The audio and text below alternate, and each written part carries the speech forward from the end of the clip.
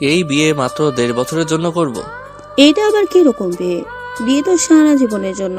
যতদিন না একে অপরের নিঃশ্বাস বন্ধ হচ্ছে ততদিন একে অপরের সঙ্গে থাকা। আর তুই বলছিস 1.5 বছরের জন্য বিয়ে?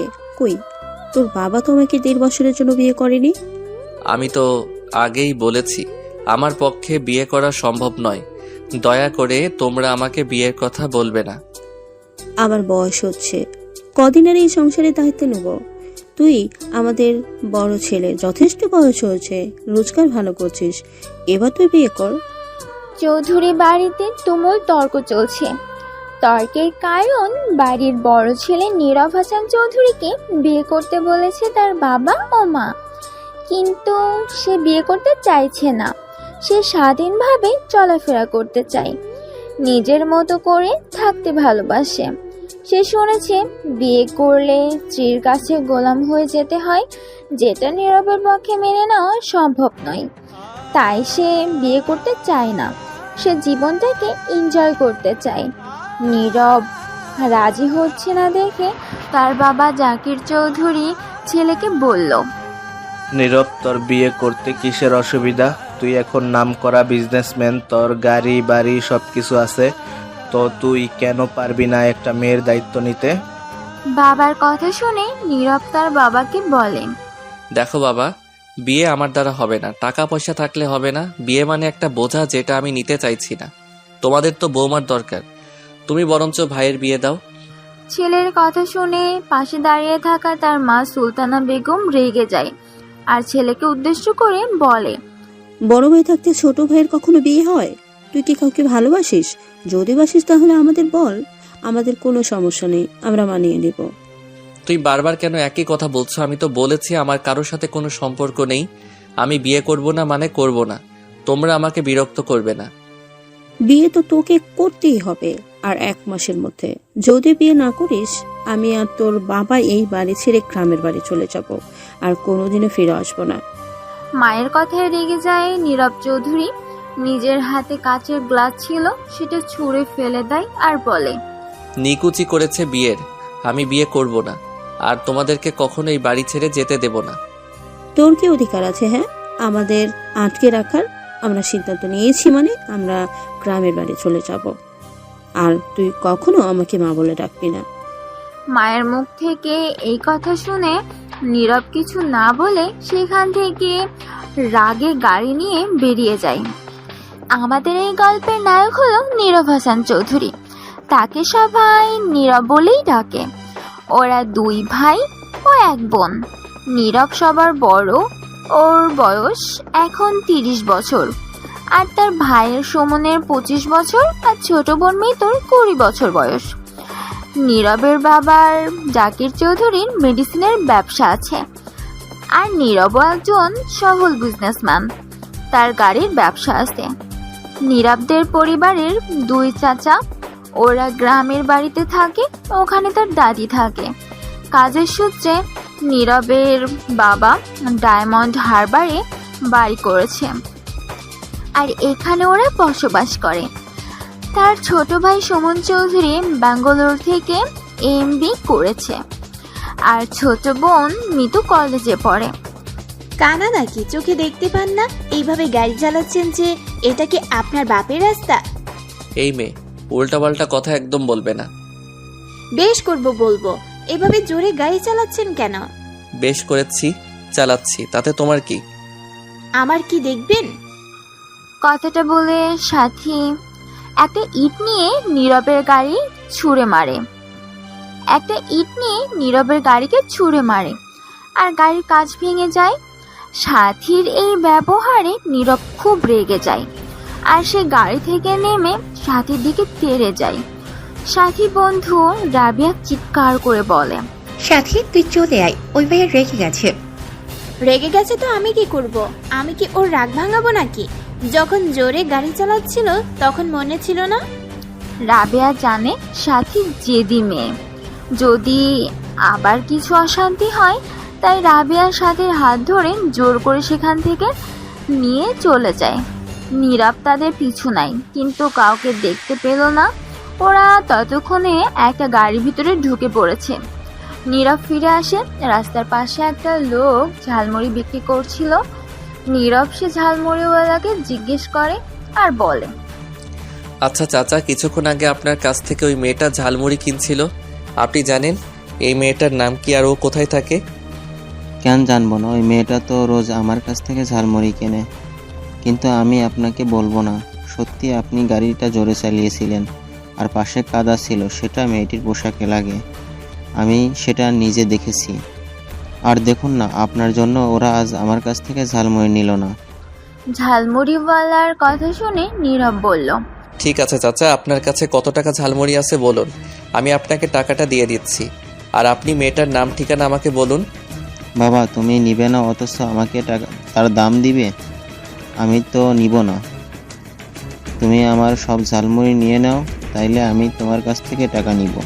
ঠিক আছে, আপনি তাহলে সব প্যাক করে দিন। আর আপনি ওই মেয়েটার নাম ঠিকানা বলুন। ওই মেয়েটার নাম সাথী, আর ওর যে বান্ধবী ওর নাম রাবিয়া। ওরা এখান থেকে কিছুটা দূরে আলিশা বলে প্রাইভেট নার্সিং হোম আছে, ওরা ওখানে কাজ করে। আর ওরা এই গলির পাশে একজনের বাড়িতে ভাড়া থাকে। ঝালমুড়িওয়ালাকে তার প্রাপ্য টাকাটা দিয়ে নীরব সবকিছু গাড়িতে রেখে দেয়। আর ঠিক তখনই তার ফোনে একটা ফোন আসে। তার বিজনেস পার্টনার হায়দ্রাবাদ থেকে তাকে ফোন করেছে, খুব এমার্জেন্সি আজকে রাতে ফ্লাইটে ওকে হায়দ্রাবাদ যেতে হবে। নীরব আর কিছু কথা না বলে সেখান থেকে বাড়িতে চলে আসে আর তার মাকে বলে, মা, রাত 10টার ফ্লাইট, আমি হায়দ্রাবাদ যাচ্ছি। ওখানে আমার 1 সপ্তাহ কাজ আছে, খুব ইম্পর্টেন্ট, তাই আমার যাওয়াটা জরুরি। তোমরা অশান্তি করবে না, বিয়ে করে আমার মাথা খারাপ করবে না। আর গাড়িতে ঝালমুড়ি আছে, সেটা কাউকে দিয়ে নিয়ে আসো, কাজের লোকদের সব দিয়ে দাও। ছেলের কথা কিছু বুঝতে না পেরে তার মা বলল, তুই কী সব বলছিস? আমি তো কিছুই বুঝতে পারছি না। ঝালমুড়ি তুই কার জন্য এনেছিস? আমার এখন তারা আছে, কথা বলার সময় নেই। তুমি গাড়ি থেকে জিনিসটা খালি করতে বলো, আমি এখন রেডি হব। বাড়িতে হঠাৎ হার্ট অ্যাটাক করে নীরবের বাবা জাকির চৌধুরী, তাকে নার্সিং হোমে অ্যাডমিট করা হয়। নীরবকে ফোন করা হয় কিন্তু তাকে ফোনে পাওয়া যায় না। জাকির চৌধুরীর হার্টের অবস্থা ভালো নয়। নার্সিং হোমের মালিক ওয়াসিম আহমেদ জাকির চৌধুরীর ঘনিষ্ঠ বন্ধু। জাকির চৌধুরী উন্নত চিকিৎসার ব্যবস্থা করা হয়। তার সেবার দায়িত্ব দেওয়া হয়েছিল সাথীকে।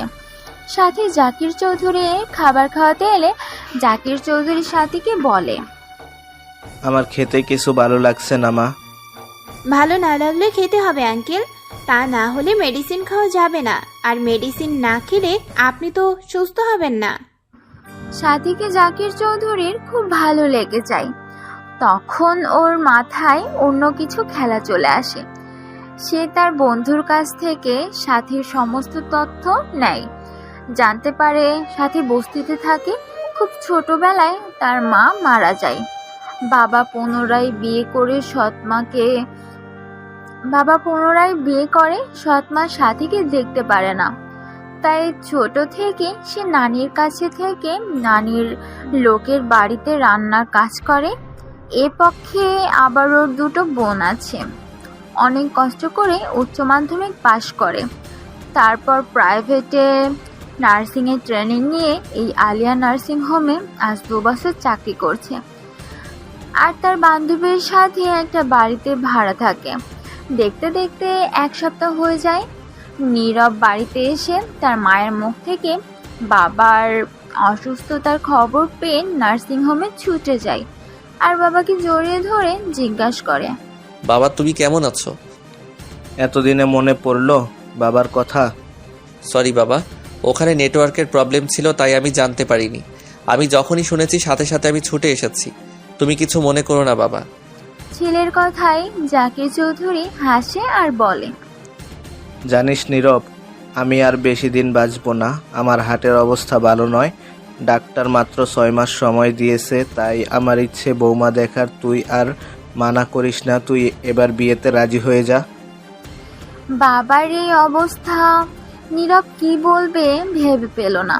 সে কিছুক্ষণ চুপচাপ থেকে বাবাকে বলল, তুমি আগে ভালো হও বাবা, ওসব কথা বলো না। আর তুমি তো জানো আমি বিয়ে করব না। তুমি সুমনের বিয়ে দাও, আমার কোনো অসুবিধা নেই। ঠিক সেই সময় ডাক্তার ওয়াসিম আহমেদ রুমে ঢুকে আর নীরবকে বলে, নীরব, তুমি একবার আমার কেবিনে আসবে, তোমার সাথে আমার কিছু কথা আছে। নীরব ডাক্তারের সাথে তার কেবিনে যায়। ডাক্তার নীরবকে বসতে বলে।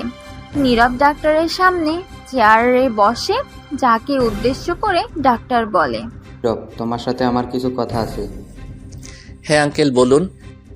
দেখো বাবা, আমি একজন হার্টের স্পেশালিস্ট। তোমার বাবা সব কিছু পরীক্ষা করা হয়েছে, হার্টের অবস্থা ভালো নয়।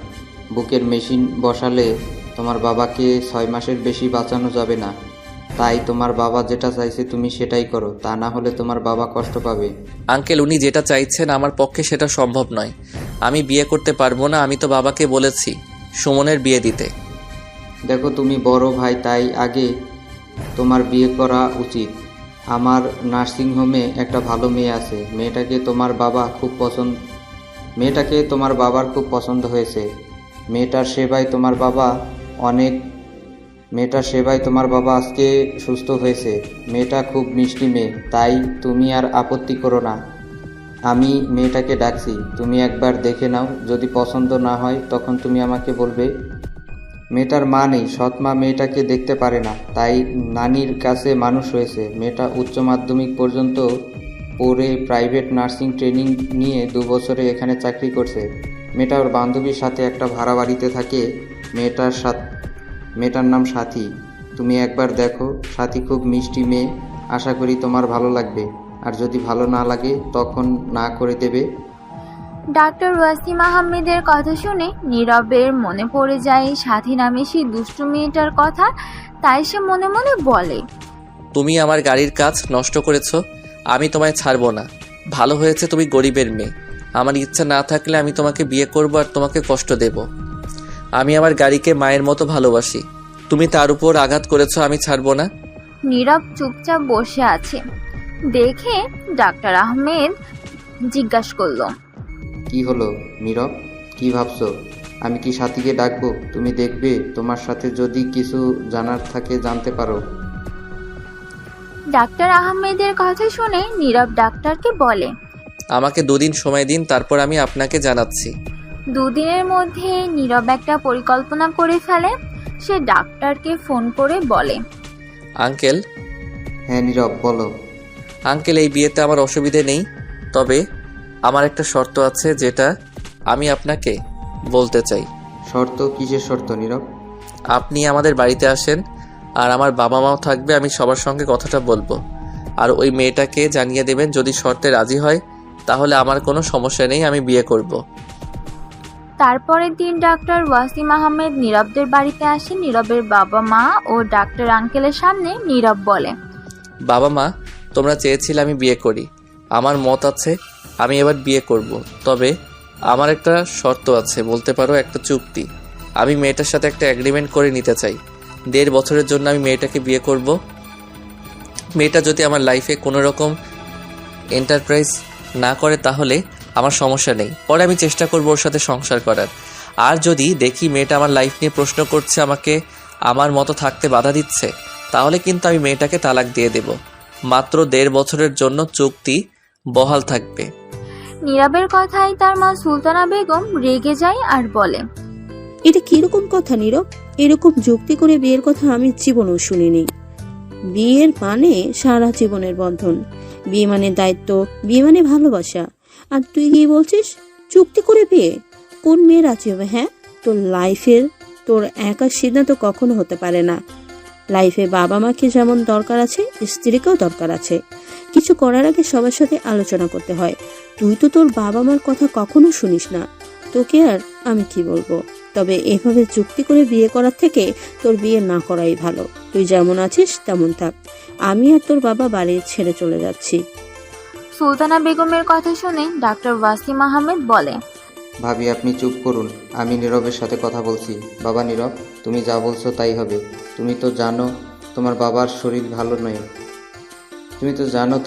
শরীর ভালো নয়, তাই তোমাকে এই বিয়েটা করতেই হবে। আর 1.5 বছর দেখতে দেখতে কেটে যাবে। মেয়েটা খুব ভালো মেয়ে, তোমার বাবার খুব সেবা করবে। তোমার জন্য না হলেও তোমার বাবার মুখের চেয়ে তুমি এই বিয়েটা করো। আর 1.5 বছর পর যখন তুমি ওকে ডিভোর্স দেবে। ডাক্তার ওয়াসিম আহমেদ নীরবকে কথাটা বলে তারপর মাকে বলে, ভাবি আপনি চিন্তা করবেন না, সব ঠিক হয়ে যাবে। সাথী খুব ভালো মেয়ে, ওকে বুঝিয়ে বলবো আমি। আর ও তো আমার কাছে ট্রেনিং নিয়ে চাকরি করছে। ওর নানি আমাদের বাড়িতে রান্না করতো। ওকে খুব ছোট থেকে আমি চিনি। ওকে বিষয়টা বুঝিয়ে বলবো। অন্তত ভাইয়ার মুখের চেয়ে আপনি চুপ করুন, আমি সবটা ম্যানেজ করব। সুলতানা বেগম আর কিছু বলে না। সাথী ডিউটিতে এলে ডাক্তার ওয়াসিম আহমেদ সাথীকে নিজের চেম্বারে ডেকে পাঠায়। সাথী ভিতরে ঢোকার পারমিশন নেয়।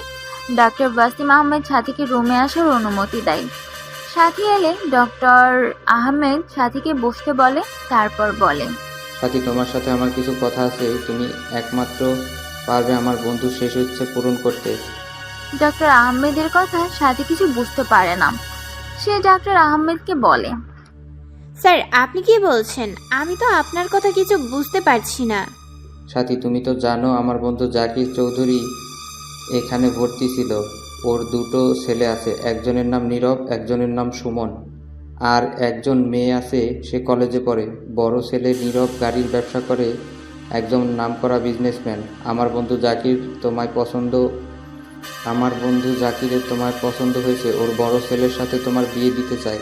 তুমি তো জানো জাকিরের হার্টের কন্ডিশন ভালো নয়, যে কোনো সময় যে কোনো কিছু হয়ে যেতে পারে।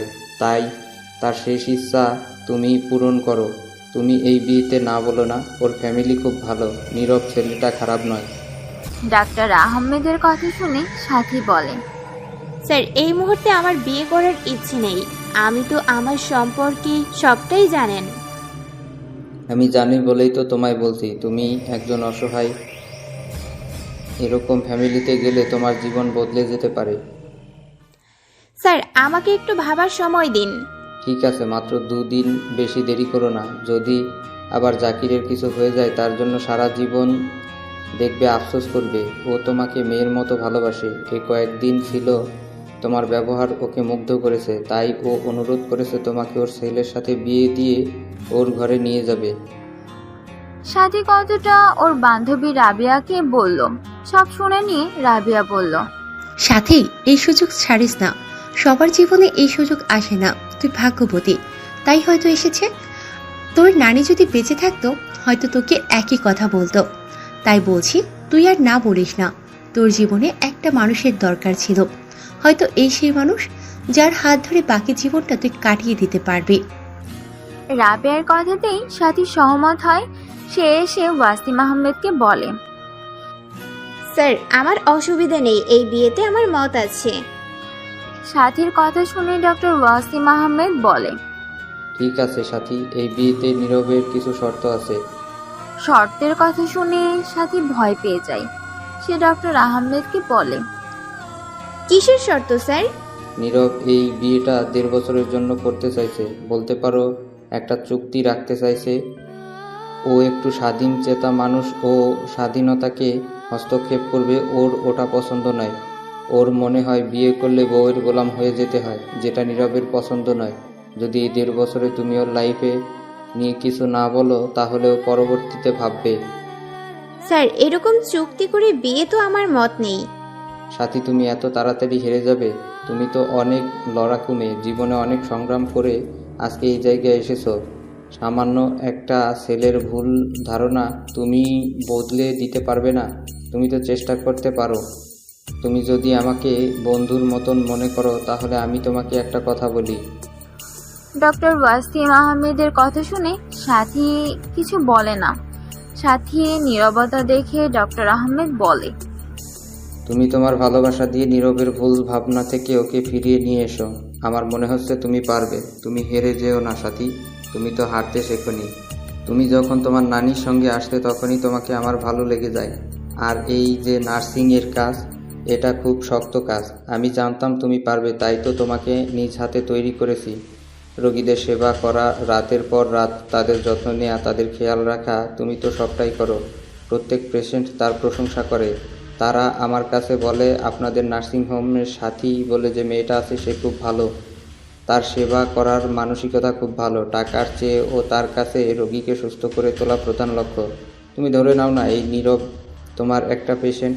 তোমার ভালোবাসা দিয়ে ওকে ভুল ভাবনা থেকে ওকে তুমি ফিরিয়ে নিয়ে এসো। তাই নীরব বিয়ে নামক বন্ধনে জড়াতে চায় না। ওর বাবা মা অনেক দিন থেকে ওকে বিয়ের কথা বলছে, কিন্তু রাজি হচ্ছে না। ওর বাবা মা খুব কষ্ট পাচ্ছে। নীরবের 30 বছর বয়স হয়ে গেছে,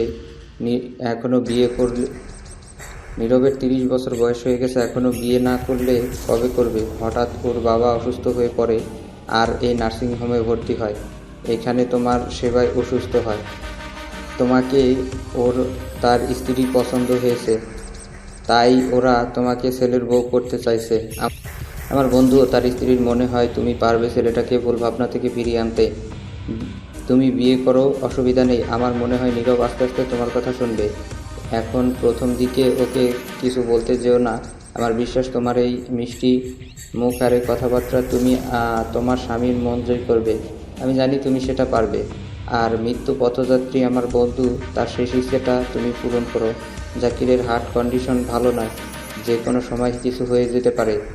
তুমি তো দুঃখ করো, তোমার মা মারা গেছে, তোমার বাবা তোমায় ভালোবাসে না। ধরে নাও না এরা তোমার আসল বাবা মা। তুমি জীবনে যেটা পাওনি এরা সেটা তোমাকে দেবে। তুমি ওদের কাছ থেকে মেয়ে হয়ে যাও। তোমাকে ওরা বাবা মা মতো আদর করবে। আস্তে আস্তে নীরবের মন তুমি জয় করে ফেলবে। তুমি শুধু একটু ধৈর্য ধরো, কেমন? তারপর তো আমি আছি, আমি তোমাকে ফিরিয়ে দেব না। যদি নীরব তোমাকে মেনে নাও নেয়, আমার নার্সিংহোমে তোমার এই চাকরি তো রইল। তুমি আবার এখানে এসে জয়েন করবে। ডাক্তার ওয়াসিম আহমেদ অনেক করে সাথীকে বোঝায় সাথীর না করার ক্ষমতা থাকে না। সে জানে তার জীবনে ডাক্তার আহমেদের অবদান কতটা। ডাক্তার আহমেদের উৎসাহে সে আজ চাকরি করছে। সাথী বিয়েতে রাজি হয়ে যায়। বিয়ের আগে এগ্রিমেন্টে সই করে নেয় নীরব। খুব সাধারণভাবে এই বিয়ে সম্পন্ন হয়। নীরবের বন্ধুরা কেউ এই বিয়েতে ছিল না। সাথীর হয়ে থাকে তার বান্ধবী রাবিয়া ও ডক্টর ওয়াসিম আহমেদ, আর নীরবের হয়ে তার বাবা মা ও তার ছোট বোন। আজকে সাথীও নীরবের বাসরাত। সাথী অপেক্ষা করছে, তাই রাত 12টা নাগাদ নীরব রুমে আসে। সাথীকে ওর বিছানায় বসতে দেখে নীরব বলে, এই তুমি এখান থেকে উঠে পড়ো। আমার জায়গায় আমি কাউকে অ্যালাউ করি না। এখানে আমি শোবো। অনেক রাত হয়েছে, তুমি এখান থেকে যাও। নীরবের কথা শুনে সাথীর খুব কষ্ট হয়। সে কিছু না বলে বিছানা থেকে নেমে আসে। সাথী দেখে রুমে একটা ছোট্ট সোফা আছে। সাথী সোফায় গিয়ে শুয়ে পড়ে। সোফাটা ছোট ছিল। সাথীর খুব অসুবিধা হচ্ছিল। সারাদিন ধকল ছিল আর ঘুমাতেও পেরেছিল। সাথীর ঘুমিয়ে পড়ে। সকালবেলা সাথী ঘুম থেকে ওঠে, তারপরে বাথরুমে ফ্রেশ হয়ে সে নিচে যায়। সাথীকে দেখে তার শাশুড়ি বলে, এসো মা, নাস্তা করে নাও। নীরব উঠেছে? না। আজকে তুমি নীরবের সাথে আমার ননদের বাড়ি যাবে। আমার ননদকে আসতে বলেছিলাম, কিন্তু তার শ্বশুর অসুস্থ থাকায় সে আসতে পারেনি, তাই তোমাকে আর নীরবকে যেতে বলছে। সাথী কোনো কথা না বলে কিছুক্ষণ পর সুলতানা বেগম সাথীকে নিজের কাছে বসায়। তারপর সাথীর সামনে একটা বক্স বের করে। তাতে ছিল সোনার হার আর একজোড়া সোনার বালা। সুলতানা বেগম সাথীর গলায় সোনার হার পরিয়ে দেয় আর সোনার বালা হাতে পরাতে পরাতে বলে, এই সোনার হার আর বালাজোড়া আমার শাশুড়ি আমায় দিয়েছিল। এটা বংশের নিয়ম, বাড়ির বউকে এগুলো বরণ করতে হয়। তোমার তো হঠাৎ করে বিয়ে হলো, তাই লোক নিমন্ত্রণ করতে পারিনি। তুমি কিছু মনে করো না, পরে একদিন আমি অনুষ্ঠান করে সবাইকে বলবো। এই জিনিসগুলো খুব যত্ন করে রেখে দেবে। যত যাই হোক, এই গলা থেকে আর হাতটা আর হাতের বালা কখনো খুলবে না। অন্তত 1 বছর এগুলো পরে থাকবে। আমি এগুলো 1 বছর পরেছিলাম, পরে খুলে রেখে দিয়েছিলাম। তারপর এই যে এখন সোনার হাতটা পরে আছি, এটা আমি সবসময় পরে থাকি। আর এই হাতের ছুরিগুলো আমার হাতে থাকে। উপর থেকে নীরব সব দেখতে পায়। সে তার মাকে উদ্দেশ্য করে বলে, মা, তুমি এই বংশের স্বর্ণগুলো কেন ওকে দিচ্ছ? ও কি এর যোগ্য? ওকে তুমি কতদিন চেনো যে এত বিশ্বাস করে এই দামি জিনিসগুলো ওকে তুমি পরিয়ে দিচ্ছ? ছেলের কথা শুনে রেগে যায় সুলতানা বেগম আর বলে, কি সব উল্টাপাল্টা কথা বলছিস? এটা এই বংশের নিয়ম। ও কেউ নয়, দয়া করে ওকে এই বংশের সদস্য বলবে না। চুপ কর তুই, বাজে কথা একদম বলবি না। আজকে তুই সাথীকে নিয়ে তোর ফুপির বাড়ি যাবি। তোর ফুপি ফোন করেছিল, বৌমাকে দেখতে চেয়েছে। কে তোমার বৌমা? চুক্তি করে বিয়ে করা তাকে কখনো বৌমা বলবে না। আমি ওকে কখনো মানবো না। আর তুমি ওকে? কথাটা শেষ করতে দিল না। নীরবকে তার আগে ওর মা চিৎকার করে বলে, তুই যা, তোকে নিয়ে যেতে হবে না, মিতু নিয়ে যাবে। তোর যেখানে কাজ আছে সেখানে চলে যাবি। তোর কথা শুনতে আমার ভালো লাগছে না। মায়ের কথা শুনে নীরব সাথীর দিকে তাকিয়ে দেখে সাথী মাথায় নত করে দাঁড়িয়ে আছে। নীরব কিছু না বলে রাগে ফুঁসতে ফুঁসতে সেখান থেকে নিজের রুমে চলে যায়। মিতু, ভাবি তুমি রাগ করবে না, ভাইয়া একটু অন্যরকম, তবে আস্তে আস্তে সব ঠিক হয়ে যাবে। আমি তোমাকে ফুপের বাড়ি নিয়ে যাব, তুমি দেখবে একদিন ভাইয়াও তোমাকে ভালোবাসবে, আর ওই চুক্তির কথা ভুলে গিয়ে তোমাকে আপন করে নেবে। মিতুর কথা শুনে সাথী বলে, উনি তো ঠিকই বলেছেন, আমাকে তুমি ভাবি বলে ডাকবে না মিতু আপু, আমি ওর যোগ্য নয়। আর আপনিও আমাকে বৌমা বলে ডাকবেন না, ওই অধিকার আমার এখনো হয়নি আন্টি। সাথীর কথা শুনে সুলতানা বেগম সাথীর গলাটা টিপে দিয়ে আদর করে বলে, দূর বোকা মেয়ে, শাশুড়িকে কেউ আন্টি বলে? নীরব যাই বলো, তুমি আমাকে মা বলে ডাকবে। তোমার মিষ্টি মুখে মা ডাক আমার খুব ভালো লাগে। তুমিও তো মিতুর মতো আমার একটা মেয়ে, আর মা নেই বলে কখনো দুঃখ করবে না। আমি ডাক্তারবাবুর মুখ থেকে তোমার সম্পর্কে সব কথা শুনেছি। তুমি আমার আর একটা মেয়ে। সাথী কিছু বলে না, সে নীরবে চোখের জল ফেলে। সাথী রুমে এলে নীরব সাথীর চুলের মুঠি ধরে আর বলে, এই শয়তান মেয়ে, তুই আসতে না আসতেই আমার মায়ের মাথাটা খেয়েছিস। আর গলা থেকে হাড় আর হাতের বালা গুলো খুলে ফেল। তোর কোনো অধিকার নেই আমাদের বংশের জিনিসের উপর। তুই শুধু 1.5 বছরের জন্য এই বাড়িতে থাকবি, আর কখনো আমার বউ হওয়ার চেষ্টা করবি না, বুঝলি? কথাটা বলে নীরব সাথীর গলা থেকে হাড় আর হাত থেকে বালাজোড়া খুলে নেয়। তারপর মাকে গিয়ে বলে, মা, তুমি শুধু শুধু ওকে এই জিনিসগুলো পরিয়েছিলে। আমি রুমে গিয়ে দেখলাম ও গলার হারটা আর এই বালাগুলো ওর ব্যাগের ভিতর ঢুকিয়ে রাখছে। আমার মনে হয় এগুলো বিক্রি করার ধান্দা আছে। মা, ও ভালো মেয়ে নয়, তুমি এত তাড়াতাড়ি ওকে বিশ্বাস করো না। আর আমাদের বংশের এই দামি জিনিসগুলো ওর হাতে তুলে দিও না। তুমি কিছুটা সময় নাও, ওকে যাচাই করো, তারপর ওকে বিশ্বাস করবে। আজকে সাথী মিতুর সাথে নীরবের ফুপির বাড়িতে এসেছে। নীরবের ফুপির নাম সালমা বেগম, আর স্বামী কর্মক্ষেত্রে পাটনায় থাকে। সালমা বেগমের 2 মেয়ে, মেয়েদের নিয়ে বাড়িতে থাকে। ওদের জয়েন্ট ফ্যামিলি ও 3 ভাই সবাই একসাথে থাকে। মিতুর পাশে সাথীকে দেখে সালমা বেগম বলল, মিতু, এই মেয়েটা বুঝি আমাদের নীরবের বউ? হ্যাঁ ফুপি, ভাবি খুব মিষ্টি মেয়ে। দেখলেই মনে হচ্ছে। তা মা, তোমার নাম কি? ইশরাত জাহান সাথী, সবাই আমায় সাথী বলে ডাকে। তোমার শাশুড়ি ফোন করেছিল, কিন্তু আমার শ্বশুরের শরীর খারাপ বলে যেতে পারেনি। নীরবকে আমি মানুষ করেছি, আমার খুব ইচ্ছে ছিল ওর বিয়েতে যাওয়ার। সব কিছু এত তাড়াতাড়ি হয়ে যায় যে বিয়ে যে যাওয়া হয়নি। তবে তোমাকে আমার খুব পছন্দ হয়েছে। শুনেছি তুমি নার্সের চাকরি করো। আমার তো মনে হয় না নীরব আর তোমাকে এই চাকরি করতে দেবে। তবে আমার নীরবকে তুমি বদলে দিতে পারো। ও যে খারাপ তা নয়, কিন্তু কে যে ওর মাথায় ঢুকিয়েছে বিয়ে করলে নাকি বউয়ের গোলাম হতে হবে। তুমি ছেলেটাকে বুঝবে আর কখনোই ওর সঙ্গ ত্যাগ করবে না। ও যাই বলুক, তুমি কখনো ওকে ছেড়ে যাওয়ার কথা ভাববে না। দেখবে আস্তে আস্তে সব ঠিক হয়ে গেছে। শুনেছি তোমার বাপের বাড়ির সাথে তোমার যোগাযোগ নেই, তবে দুঃখ করবে না। তোমার শ্বশুর শাশুড়ি, দেওর ননদ এরা ভালো। তারপর আমাদের গ্রামের বাড়িতে আমার মা আরও যে ভাইরা আছে তারাও সবাই ভালো। তুমি সবার ভালোবাসা পাবে। তুমি বাড়ির বড় বউ। সারাদিন ওরা ফুপির বাসায় ছিল। রাতের দিকে খাওয়া দাওয়া করে ওরা বাড়ি আসে। সাথীর খুব মাথা ব্যথা করছিল। সে নীরবে রুমে না গিয়ে মিতুর কাছে শুয়ে পড়ে। রাতে মিতু ডেকেছিল, কিন্তু সাথী বলে সে তার কাছে শোবে। সেজন্য মিতু তাকে আর ডাকেনি। নীরব রাতে বাড়ি এসে রুমের সাথীকে দেখতে পায় না। কাকে কি জিজ্ঞাসা করবে, কেউ যদি কিছু মনে করে তাই আর সাহস হয় না। সেও চুপচাপ খাওয়া দাওয়া করে ঘুমিয়ে পড়ে। সকালবেলার সাথে রুমে ঢুকলে নীরব বলে, কালকে রাতে কোথায় ছিলে? মিতুর কাছে শুয়ে পড়েছিলাম। কেন, এই রুমে জায়গা ছিল না? ঠিক তা নয়, কালকে ফুপু বাড়ি থেকে এসে খুব মাথা ব্যথা করছিল। আমি মিতু আপুর কাছে শুয়ে ঘুমিয়ে পড়েছিলাম। বিশ্বাস করুন, আমি কাউকে কিছু বলিনি, আপনি নিশ্চিত থাকতে পারেন। তুমি কালকে এসেছিলে, আমায় কেন বলনি? ফোন করেছিলাম কিন্তু তোমার ফোন সুইচ অফ ছিল।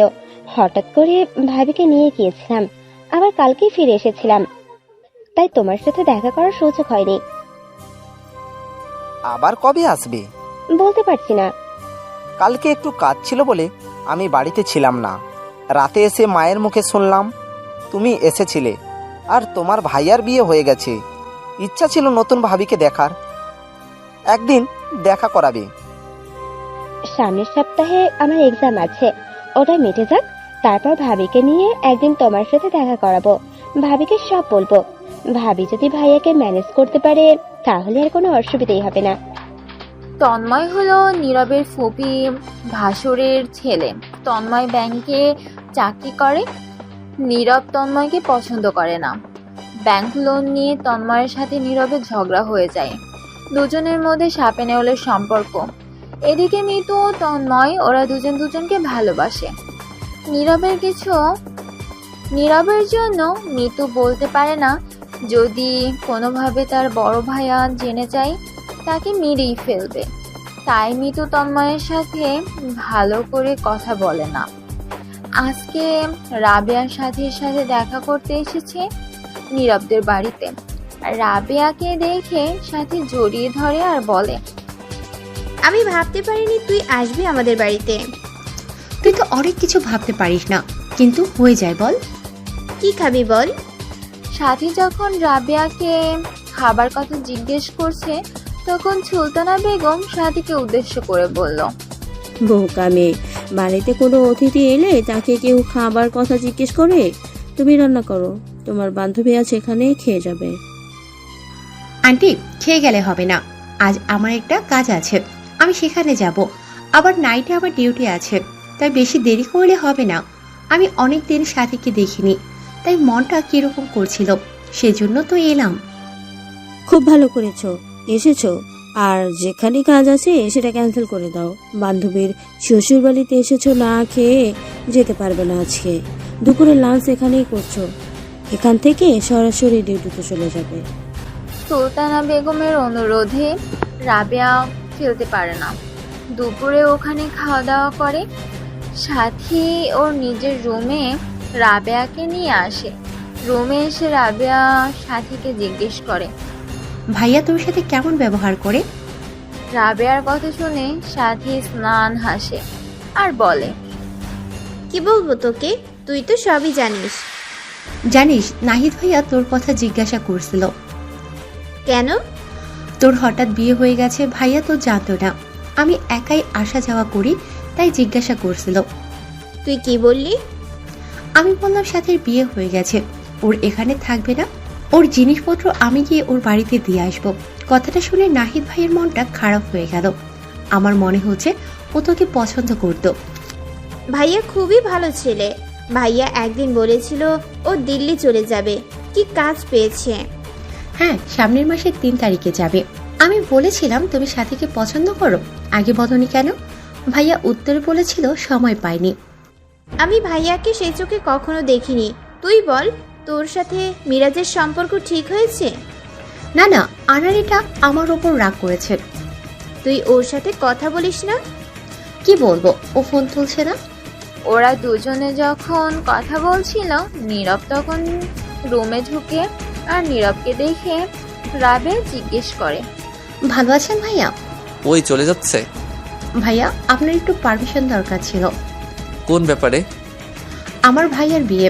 আমি সাথীকে বলেছিলাম, কিন্তু হঠাৎ করে ওর বিয়ে হয়ে গেল।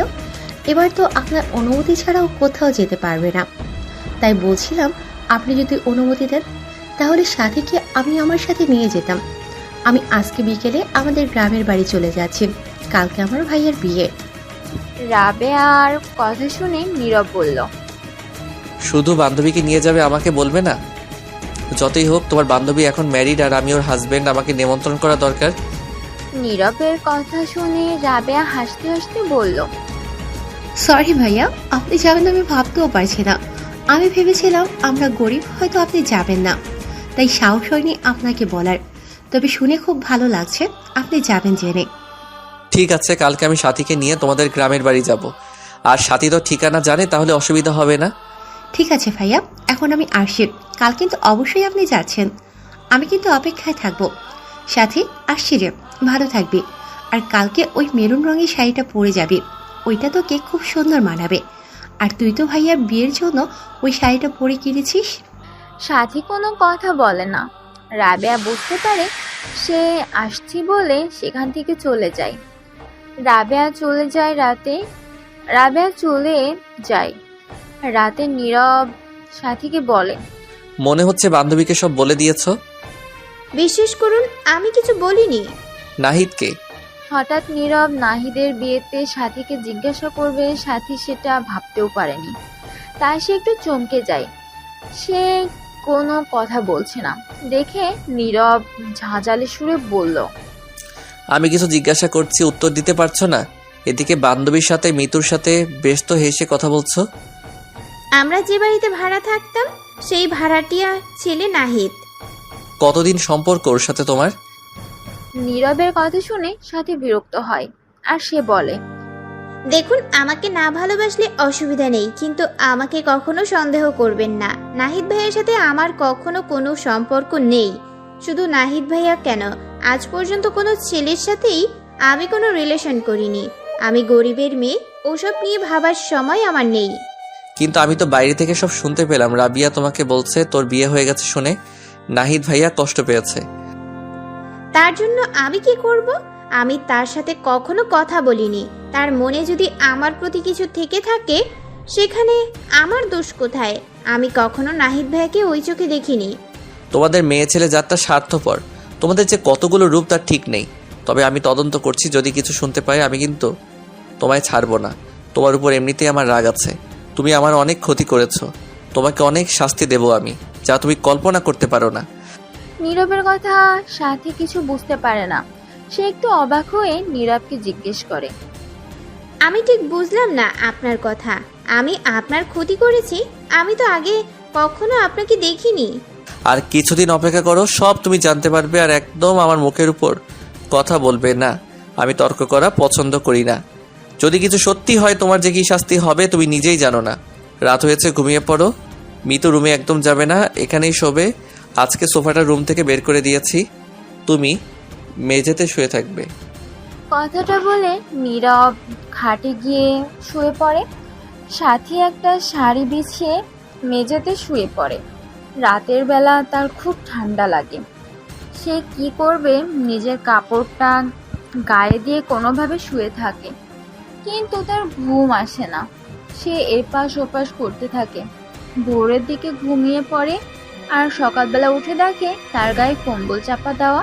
সে একটু অবাক হয়, কে তার গায়ে কম্বল দিল? সে কিছুক্ষণ বসে চিন্তা করলো।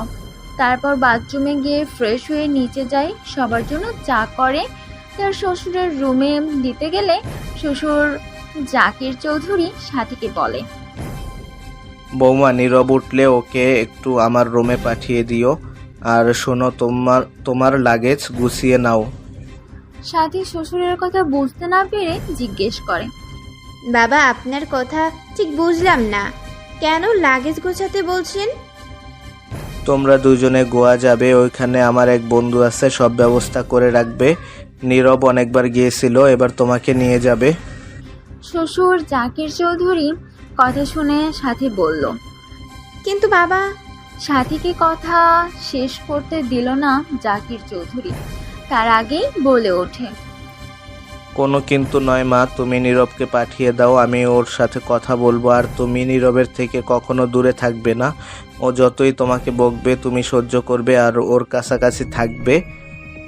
দেখবে এক সময় সব ঠিক হয়ে গেছে। তুমি আমায় কথা দাও মা, তুমি কখনো নীরবের থেকে দূরে যাবে না। শ্বশুরের কথায় সাথী হেসে ফেলে আর বলে, আমি চেষ্টা করব বাবা আপনার ছেলের মনের মতো হওয়ার। সাথী রুমে এসে নীরবকে বলে, বাবা আপনাকে ডাকছে। সাথীর কথায় নীরব বলে, নিশ্চয়ই আমার নিয়ে বাবার কাছে কিছু অভিযোগ করেছো? কিসব উল্টোপাল্টা কথা বলছেন? আমি কেন আপনার নিয়ে বাবাকে বলবো? আমি বাবার রুমে চা দিতে গিয়েছিলাম, বাবা বলল আপনাকে ডেকে দিতে, তাই আমি ডাকলাম। কথাটা বলে সাথী সেখান থেকে চলে যায়। নীরব বাবার রুমে যায়। বাবা দুটো ফ্লাইটের টিকিট নিয়ে নীরবকে বলে, এই দুটি গোয়া যাবার টিকিট। পরশু তোমরা গোয়া যাচ্ছ 1 সপ্তাহের জন্য, সাথী তোমার সাথে যাবে। আমি আমার বন্ধু ইমরানকে সব বলে রেখেছি, ও সব ব্যবস্থা করে রাখবে। এখানকার কাজকর্ম 1 সপ্তাহের জন্য ম্যানেজারকে দায়িত্ব দিয়ে যাও। বাবার কথায় রেগে গিয়ে নীরব বলে, বাবা, পরশুদিন এক বিদেশি ক্লায়েন্ট আসছে। আমাদের কোম্পানির সাথে কিছু ডিল আছে, সেগুলো ফাইনাল করার জন্য আমি পরশু যেতে পারবো না। আমি আপাতত টিকিটগুলো বাতিল করে দিচ্ছি, তবে পরে একদিন তোমার বৌমাকে নিয়ে আমি অবশ্যই যাব, ইনশাআল্লাহ। সেটা কবে হবে? আমার জীবন দশায় আমি দেখতে পাবো তো? নীরব কিছু না বলে সেখান থেকে চলে আসে। রুমে এসে সাথীকে বলে, তোমার বান্ধবীর ভাইয়ের আজকে বিয়ে তো, তুমি রেডি হয়ে থাকবে। আমি সন্ধ্যের মধ্যে ফিরে তোমাকে নিয়ে যাব। এখান থেকে 6টায় বেরোলে 9টার মধ্যে আমরা ওখানে পৌঁছে যাব। এদিকে সাথী রাবেয়ার ভাইয়ার বিয়েতে যাবে বলে মিতুর রুমে যায়। দেখে মিতু হেসে হেসে কার সাথে কথা বলছে সাথী বলে, মিতু আপু কি করছো? মিতু তখন ওর বয়ফ্রেন্ড তন্ময়ের সাথে ফোনে কথা বলছিল। ভাবিটাকে ফোনটা কেটে দেয় আর সাথীকে উদ্দেশ্য করে বলে, হ্যাঁ ভাবি, কি বলছিলে? কি যেন বলে ডাকছিলে? জানু রাখছি। এই জানু কে গো? প্রেম করছো? সাথীর কথা শুনে মিতু হাসতে হাসতে বলল, যদি বলি তুমি ভাইয়াকে বলবে না তো? তোমার ভাইয়া জানে না? ওরে বাপরে, ভাইয়া জানলে আমাকে কাঁচা চিবিয়ে খাবে। ভাইয়া তন্ময়কে সহ্যই করতে পারে না। ছেলেটার নাম বুঝি তন্ময়? হুম। বাবা মা জানে? না, জানে না, শুধু ছোট ভাইয়া জানে। কিন্তু ও তো এখানে থাকে না, 2 বছর পর এখানে ফিরবে। জানো ভাবি, ছেলেটা আমাদের রিলেটিভ। সেদিন তুমি আমার সাথে ফুপির বাড়ি গিয়েছিলে। ফুপির বড় ভাসুরের ছেলে, ও ব্যাংকে চাকরি করে। ভাইয়ার সাথে কি ব্যাপারে ওর ঝামেলা হয়েছিল, সেই জন্য ভাইয়া ওকে সহ্য করতে পারে না। ভাইয়া আমাকে বলেছে আমি যদি ফুপির বাড়িতে যাই ওর সাথে যেন কথা না বলি। এবার যদিও ওর সাথে আমার দেখা হয়নি, পরে ফোন করেছিল। ভাইয়ার বিয়ে হয়ে গেছে শুনে খুব খুশি হয়েছে। ও তোমাকে দেখতে চেয়েছে, তুমি যাবে আমার সাথে? ও বলছিল। তোমার ভাইয়া যদি বকে? ভাইয়া জানতে পারবে না, আমি কাউকেই বলবো না, শুধু তুমি আর আমি যাব। আমি ওকে ফোন করে দেব, ও সেখানে চলে আসবে। তুমি কিন্তু কাউকে কিছুই বলবে না। বাড়িতে যখন সবার মত নেই তখন তোমার একটু ভাবা উচিত ছিল আপু। বাবা মাকে রাজি করানোর দায়িত্ব আমার, কিন্তু বড় ভাইয়া ওই একমাত্র অশান্তি করবে। ওই দায়িত্বটা তোমাকে নিতে হবে। যেভাবেই হোক ভাইয়াকে বোঝাতে হবে তন্ময়কে ছাড়া আমি থাকতে পারবো না। আমি ওকে খুব ভালোবাসি। আপু তুমি কিছু মনে করো না, আমি তোমার জন্য কিছু করতে পারবো না। তুমি তো জানো তোমার বড় ভাইয়া আমাকে পছন্দ করে না। মাত্র 1.5 বছর তোমাদের এই সংসারে থাকবো, তার মধ্যে 6 মাস তো হয়ে গেছে। আবার আমি যদি তোমার জন্য সুপারিশ করি তাহলে আমাকে মোটেই দেখতে পারবে না। আমার তো মনে হয় না আর 1 বছরের মধ্যে আমি তোমার ভাইয়ার মন জয় করতে পারবো। তুমি পারবে ভাবি, আমার বিশ্বাস আছে। ভাইয়া একদিন সব ভুলে তোমাকে আপন করে নেবে, আর দেখবে ভাইয়া তোমাকে খুব ভালোবাসবে। ভাইয়া এমনিতে খুব ভালো, যদিও কখনো কাউকে ভালোবাসে তার জন্য জীবন পর্যন্ত দিতে পারে, আর কাউকে যদিও সহ্য করতে না পারে তাকে কখনোই মেনে নিতে পারে না। একটা সময় তন্ময়ের সাথে ওর ভালো সম্পর্ক ছিল, কিন্তু ব্যাংকের লোনের ব্যাপারে ওদের দুজনের মধ্যে ভুল বোঝাবুঝি হয়, আর সেই থেকে ভাইয়া তন্ময়কে সহ্য করতে পারে না। তবে আমার বিশ্বাস আছে ভাইয়ার দিন তন্ময়কে বুঝবে। তা ভাবি, তুমি আমার কাছে এসেছো কেন? কিছু দরকার আছে? সেদিন আমার বান্ধবী রাবিয়া এসেছিল, তুমি তো দেখেছো তাকে। ওর ভাইয়ের বিয়ে, আজকে অনুষ্ঠান। তোমার ভাইয়াকে বলেছে, তোমার ভাইয়া রাজি হয়েছে, আমাকে নিয়ে যাবে বলেছে। যাবার সময় আমাকে বলে গেছে আমি যেন রেডি হয়ে থাকি। সাথীর কথা শুনে মিতু বলল, তাই ভাবি, তাহলে আমার ভাইয়ার মনে আস্তে আস্তে ঠিক হচ্ছে। তুমি চিন্তা করবে না, আমি তোমাকে খুব সুন্দর করে সাজিয়ে দেব, যাতে ভাইয়ার তোমার থেকে চৌকি ফেরাতে না পারে। মিতু সাথীকে খুব সুন্দর সাজিয়ে দেয়।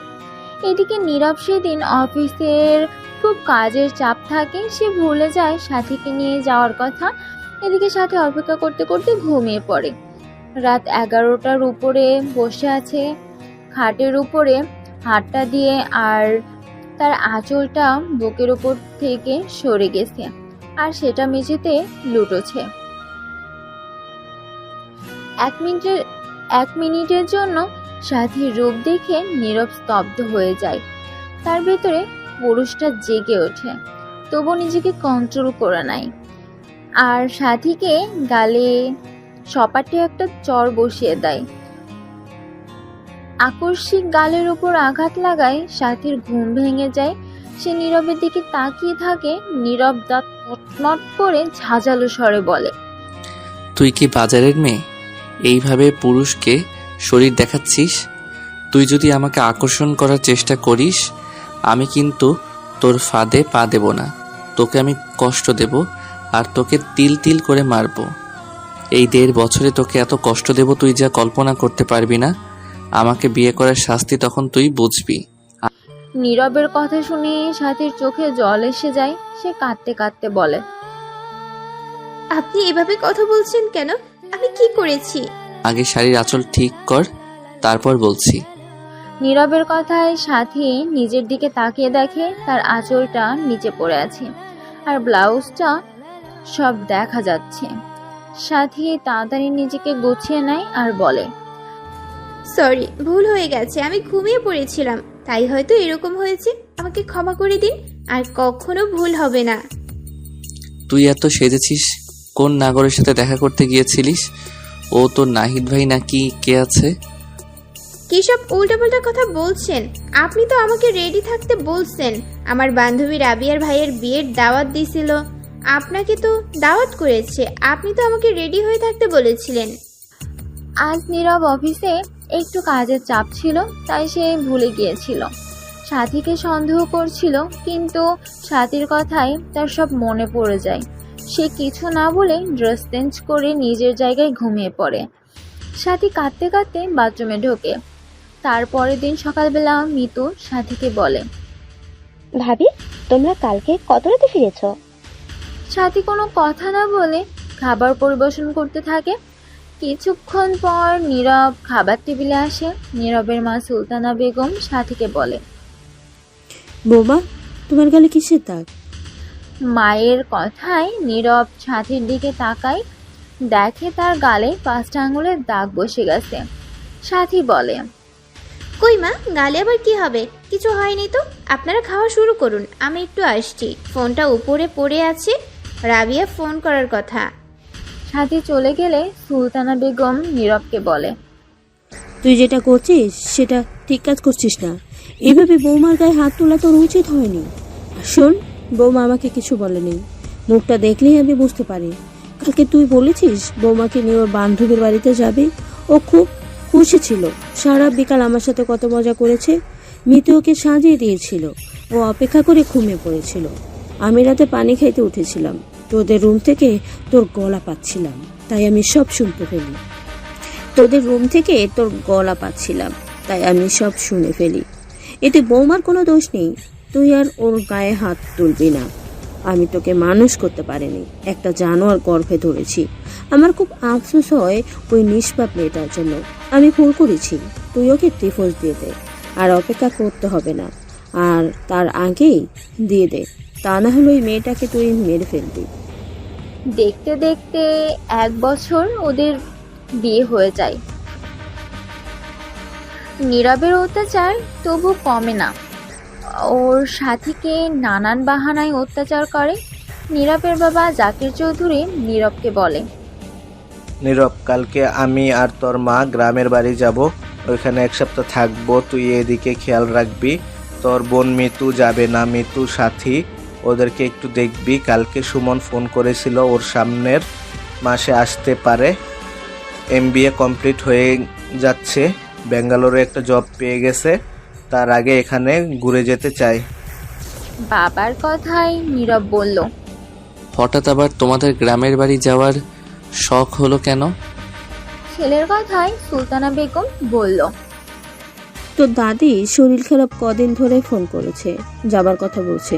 তুই তো বাড়ির বড় ছেলে, বড় নাতি, তো তুই উচিত দাদিকে গিয়ে একবার দেখে আসার। কোনোদিন তো খবর নিসনি দাদি কেমন আছে। তারপর একটা জমি বিক্রির কথা চলছে, তোর চাচাও ফোন করেছিল, তোর বাবার যাওয়াটা জরুরি। আর তুই জানিস তোর বাবার শরীর ভালো না, সে কারণেই আমি তোর বাবার সাথে যাচ্ছি। ওই বুড়ির কথা ছাড়ো। ওই বুড়ি মাসে 5 বার হার্ট অ্যাটাক করে। আমার ওখানে যাওয়ার টাইম নেই। তুমি দাদিকে এবার এখানে নিয়ে চলে আসবে। তো দাদি শহরে আসতে চায় না, তার স্বামীর ভিটিতেই সে থাকতে চায়। আমরাও ভাবছি সুমনের এবার বিয়ে দিয়ে দেব। ও তো ভালো চাকরি পেয়ে গেছে, আর চিন্তা নেই। মিতুর গ্র্যাজুয়েশন কমপ্লিট করার পর ওর বিয়ে দিয়ে দেব। আমরাও গ্রামের বাড়ি চলে যাব, শেষ জীবনটা ওখানেই থাকবো। এখানে অনেক পরিচিত লোক আছে, মনের কথা বলতে পারবো। আর কি হবে, আমাদের ভাগ্যটাই খারাপ। ভেবেছিলাম বাড়ির বড় বউ আমাদের একটা নাতি নাতনি উপহার দেবে, কিন্তু তুই যে বিয়ে করেছিস, এখানে আশা করা বোকামি। তাই আমি আর দেরি করতে চাই না, সুমন আর মিতুর একসাথে বিয়ে দেব। আজকে মিতু তন্ময়কে ফোন করে আর বলে, হ্যালো তন্ময়, ব্যস্ত আছো? ব্যস্ত থাকলে তোমার জন্য সব সময় ফ্রি থাকি, বলো কি বলবে। বাবা মা বাড়িতে নেই, ওরা গ্রামের বাড়িতে গেছে। ভাইয়া কালকে 2 দিনের জন্য জামশেদপুরে যাচ্ছে। আমি কালকে ভাবিকে নিয়ে তোমার সাথে দেখা করব। এখনো ভাবির সাথে কথা বলিনি, তবে ভাবিকে রাজি করিয়ে নেব। তুমি শিয়ালদাহ চলে আসবে। শিয়ালদা গিয়ে কি করব? এখান থেকেই আমরা যাব। কোথায়? বকখালি খুব সকালে যাব, রাতে ফিরে আসব। ট্রেনে যাব না প্রাইভেট গাড়ি ভাড়া নেব? তোমার তো গাড়ি আছে, তুমি তো চালাতে জানো, ওটা করেই যাব। ঠিক আছে। তন্ময় সাথী কথা বলে মিতু সাথীর কাছে আসে। সাথী তখন রান্নাঘরে কাজ করছিল। মিতু পিছন থেকে সাথীকে জড়িয়ে ধরে আর বলে, আমার মিষ্টি ভাবি কি করছে? কি করব মিষ্টি ননদানি, কাজ করছি। কেন, কিছু বলবে মিতুরানি? হ্যাঁ গো ভাবি, তোমার সাথে আমার ইম্পর্টেন্ট কথা আছে। বলে ফেলো। কালকে ভাইয়া 2 দিনের জন্য জামশেদপুর যাচ্ছে। ভাই তার বন্ধুকে ফোন করে বলেছিল, আমি সব শুনে নিয়েছি। তাই নাকি? আমি তো জানি না। কি করে জানবে, ভাইয়া তোমাকে বলে নাকি? জানি ভাবি, আমি ভাবছিলাম এই সুযোগে তন্ময়ের সাথে তোমার আলাপ করিয়ে দেব। তন্ময়কে বলেছি, ও রাজি আছে। ভাইয়া কালকে গেলে আমরা খুব তাড়াতাড়ি এখান থেকে বেরিয়ে যাব। তন্ময়ের গাড়ি আছে, ওতে করে আমরা বকখালি যাব। আমরা আবার রাতে ফিরে আসব। মিতুর কথা শুনে সাথীর কাজ করা বন্ধ হয়ে যায়। সে মিতুকে বলে, বকখালি সে তো অনেক দূর। কত আর দূর, গাড়ি করে গেলে এখান থেকে 3 ঘন্টা সময় লাগবে। ওখানে আমরা কিছুক্ষণ ঘোরাঘুরি করে কোনো হোটেলে লাঞ্চ করে নেব, তারপর সন্ধ্যার আগে ফিরে আসব। তুমি আর না বলো না, আর সুযোগ আসবে না। বাবা মা বাড়িতে নেই, ভাইয়া থাকবে না। প্লিজ ভাবি, আর না করো না। সমুদ্র এলাকা তোমার ভালো লাগবে। তুমি তো কোথাও যাও না, সেই তো বাড়িতেই পড়ে আছো। প্লিজ ভাবি, তন্ময় তোমাকে দেখতে চেয়েছে। আর দেখে কি করবে? আর তো মাত্র কিছুদিনের অতিথি আমি তোমাদের বাড়িতে। ওসব কথা ছাড়ো ভাবি। তারপর মিতুর কথাগুলো কিছুক্ষণ চিন্তা করে সাথী বলল, ঠিক আছে যাব, কিন্তু সন্ধ্যার আগে ফিরে আসবো, তা না হলে তোমার ভাইয়া জেনে গেলে কি হবে বুঝতে পারছো তো? শুধু তুমি আর আমি ছাড়া কেউ কিছু জানবে না। খুব সকালে নীরব বেরিয়ে যায়। তারপরে মিতু আর সাথী তন্ময়ের সাথে বকখালি যায়। ওরা কিছুক্ষণ ঘোরাঘুরি করে, একটা হোটেলে ওঠে। আবার সেই হোটেলে নীরব তার বিজনেস পার্টনারদের সাথে সেই হোটেলে ওঠে। তার চোখ পড়ে যায় সাথীর দিকে। সাথী তন্ময় মিতুকে তখন খুব হাসছে। নীরব তার বিজনেস পার্টনারকে অপেক্ষা করতে বলে, মিতুকে ফোন করে। মিতু তখন তন্ময়ের সাথে কথা বলতে ব্যস্ত, ফোন তোলে না। নীরব আবার ফোন করে, কারণ সে সাথীর ফোন নাম্বার জানে না। নীরব 5 বার ফোন করার পর মিতু ফোন তোলে। ফোনে তো বড় ভাইয়ের নাম দেখে মিতুর বুকের ভেতরটা মোচড় দিয়ে ওঠে। সে কাঁপা কাঁপা হাতে ফোন ধরে আর বলে, আসসালামু আলাইকুম ভাইয়া। ওয়ালাইকুম আসসালাম। কি করছিস? কি করব, ছাদের উপরে ফুল গাছে জল দিচ্ছি। অনেকদিন জল দেওয়া হয়নি, তাই গাছগুলো শুকিয়ে গেছে। কত সুন্দর লাগছে, কত সুন্দর গাছগুলোতে ফুল ধরে, কত সুন্দর গাছগুলোতে ফুলের কুড়ি ধরেছে। দুপুরে খাওয়া দাওয়া করে তারপর একটু ঘুমিয়ে পড়েছিলাম। এই বিকেলে উঠে ছাদে এসে একটু জল দিচ্ছি। তোর ভাবি কোথায়? ভাবি আমার সাথে ছাদে আছে, তুমি কথা বলবে? মিতু সাথীকে ফোনটা দেয়। সাথী কথা বলে, আসসালামু আলাইকুম, কেমন আছেন? ওয়ালাইকুম আসসালাম, ভালো আছি। আমি 1 ঘন্টার মধ্যে বাইরে যাচ্ছি, তুমি একটু বিরিয়ানি বানাও। নীরবের কথার সাথে ভয় পেয়ে যায়। সে আমতা আমতা করে বলে, আপনি তো জামশেদপুর গেছেন, কি করে 1 ঘন্টার মধ্যে আসবেন? একটু পিছন দিকে তাকাও, তাহলে দেখতে পাবে আমি কোথায় আছি। সাথী ভয় পেয়ে পিছনের দিকে তাকাতেই দেখে নীরব আসছে। সাথী উঠে পড়ে। নীরবকে দেখে মিতু তন্ময় উঠে পড়ে। নীরব কিছু না বলে সাথী আর মিতুর হাত দুটো ধরে তন্ময়কে উদ্দেশ্য করে বলে, তোর সাথে আমি পরে কথা বলবো। কথাটা বলে কাউকে কিছু বলার সুযোগ না দিয়ে নীরব সাথী ও মিতুকে গাড়িতে তোলে।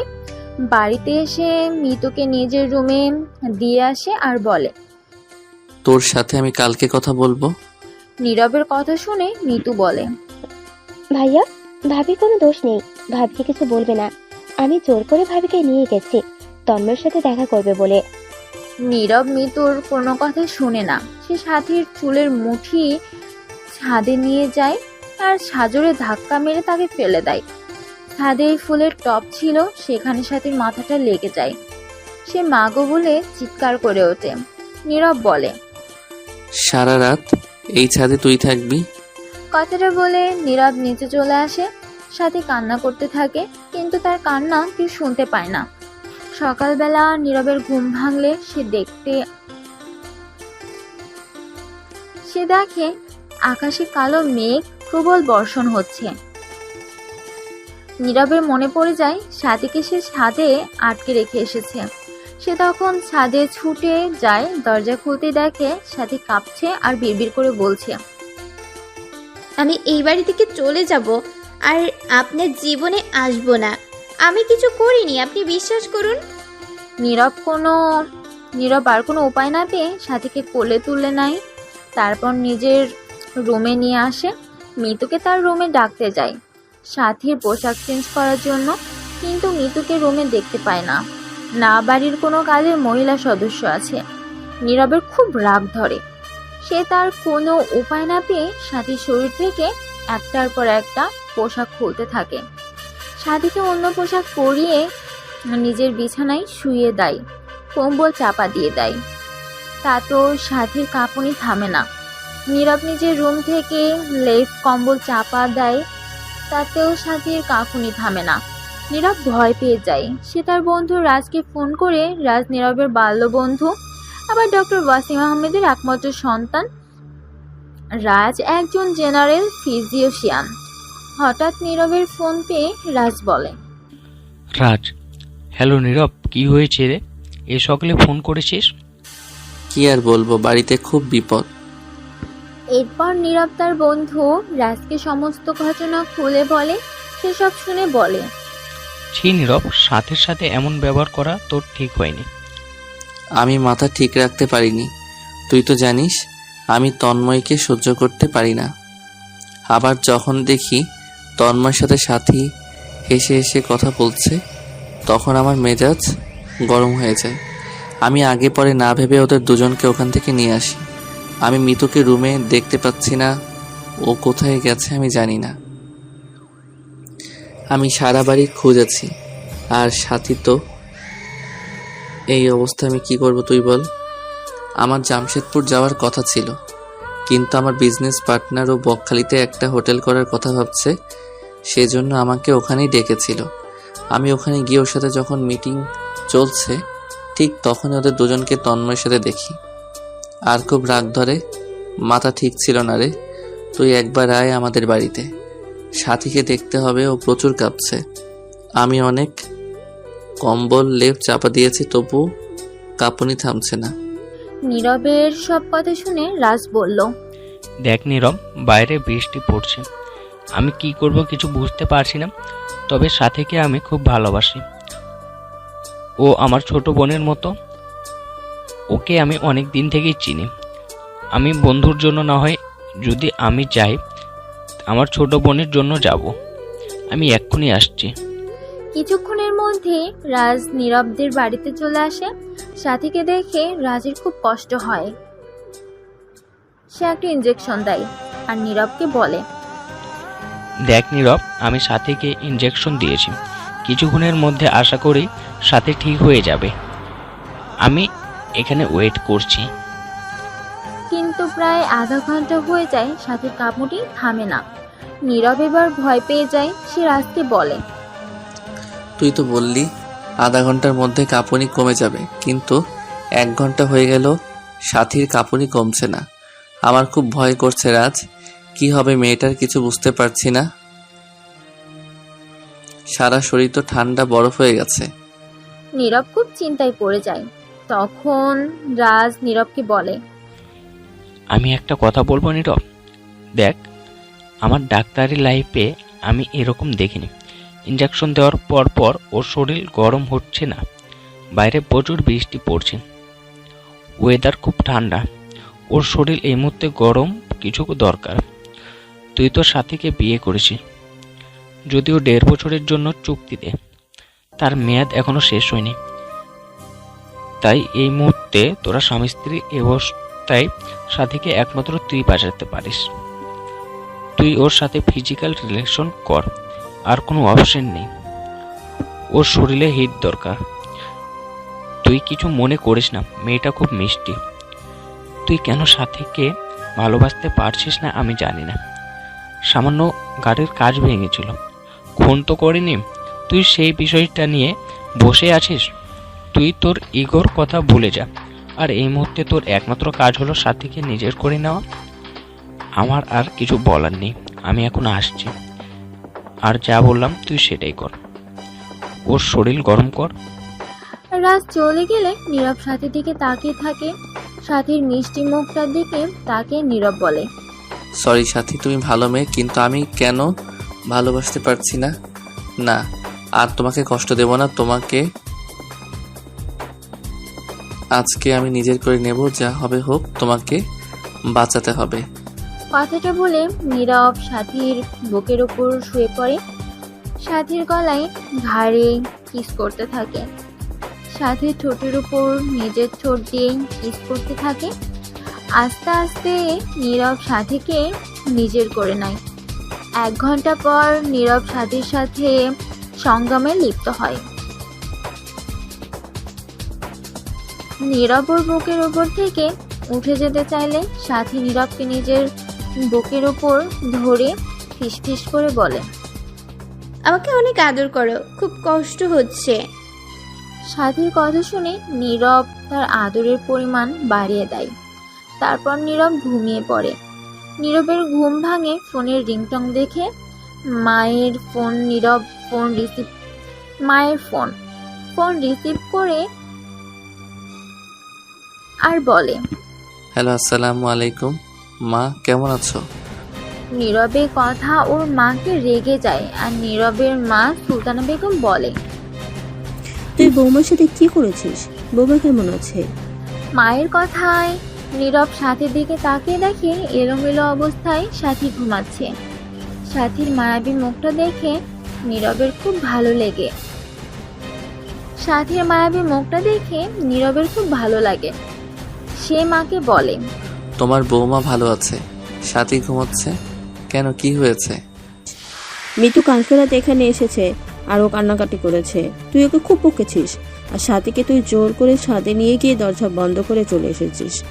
মিতু রহিমা খালার সাথে কাল রাতে এখানে চলে এসেছে। মায়ের কথা শুনে নীরব বলে, তুমি জানো ওরা কি করেছে? আমি সব জানি। তন্ময়ের মা কালকে ফোন করেছিল আমাকে। ওদের কোনো সমস্যা নেই মিতুকে বউ করে মেনে নেওয়ার। তন্ময় ভালো চাকরি করে।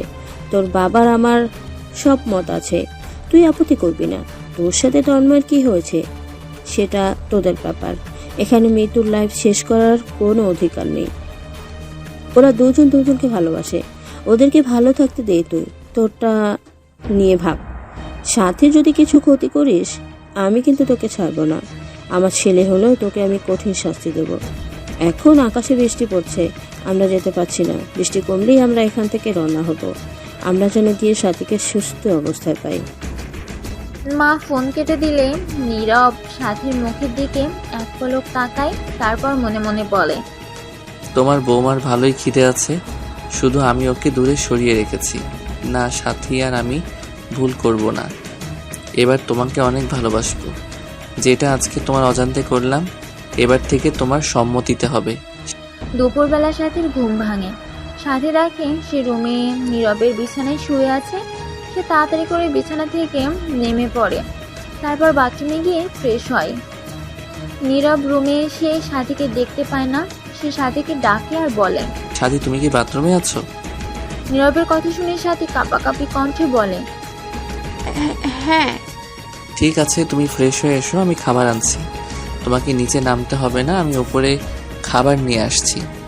নীরবের কথায় সাথী কিছু বুঝতে পারে না। সে ফ্রেশ হয়ে বাইরে আসতে দেখে নীরব গরম গরম খিচুড়ি নিয়ে সাথীর সামনে দাঁড়িয়ে আছে। সাথীকে দেখে নীরব বলে, বাইরে ওয়েদারটা খুব ভালো, তাই তো খিচুড়ি করলাম, ভালো লাগবে, খেয়ে নাও। সাথীর খুব খিদে পেয়েছিল, সে না করলো না, খিচুড়িটা খেয়ে নিল। তারপর নীরবকে বলল, খিচুড়িটা কে বানিয়েছে? আমি বানিয়েছি, কেন ভালো হয়নি? হ্যাঁ, ভালো হয়েছে। বাইরে বৃষ্টি পড়ছে, কাজের লোক কেউ আসেনি। রহিমা খালা মিতুকে নিয়ে গ্রামের বাড়িতে গেছে। মা সকালে ফোন করেছিল বৃষ্টি কমলে ওরা চলে আসবে। ঠিক আছে, তুমি রেস্ট নাও, আমি এখন আসছি। সাথীর এটো প্লেটটা নিয়ে নীরব নিচে চলে যায়।